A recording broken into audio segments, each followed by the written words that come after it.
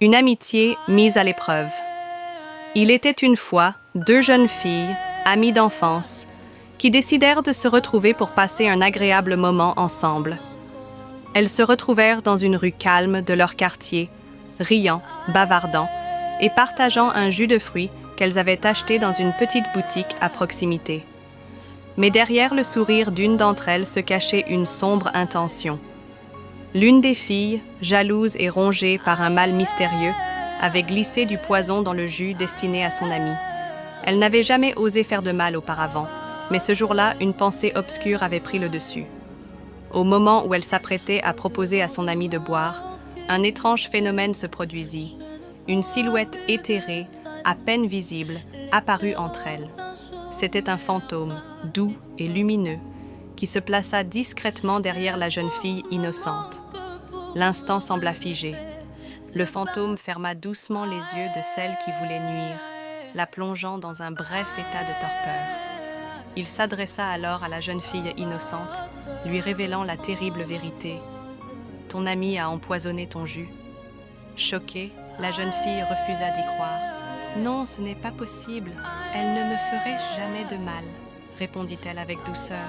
Mais face aux explications insistantes du fantôme et aux preuves montrées par son pouvoir, elle finit par accepter l'évidence. Le fantôme, pour corriger le sort, inversa discrètement les jus. Puis, il rouvrit les yeux de l'autre jeune fille, effaçant tout souvenir de l'interruption. Quelques minutes plus tard, la fille mal intentionnée proposa de boire. Son amie, maintenant consciente du danger mais calme, accepta. Elles burent ensemble et très vite, celle qui avait préparé le poison commença à ressentir une douleur vive au ventre. Elle tenta de nier, de sourire, mais son malaise devint évident. Son amie, toujours bienveillante malgré tout, s'approcha. « Qu'est-ce que tu as?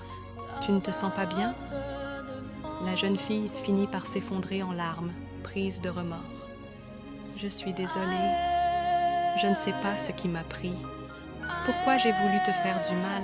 Je ne comprends même pas. Pardonne-moi. » Elle tenta de toucher la main de son amie pour implorer son pardon. Mais celle-ci recula doucement, le cœur brisé. « Pourquoi? Qu'est-ce que je t'ai fait? Qu'est-ce qui te pousse à vouloir me détruire alors que je t'ai toujours aimée comme une sœur? » Le silence retomba.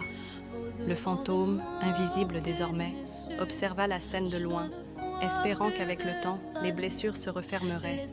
Mais ce jour-là, quelque chose s'était brisé, une confiance, une innocence, une amitié.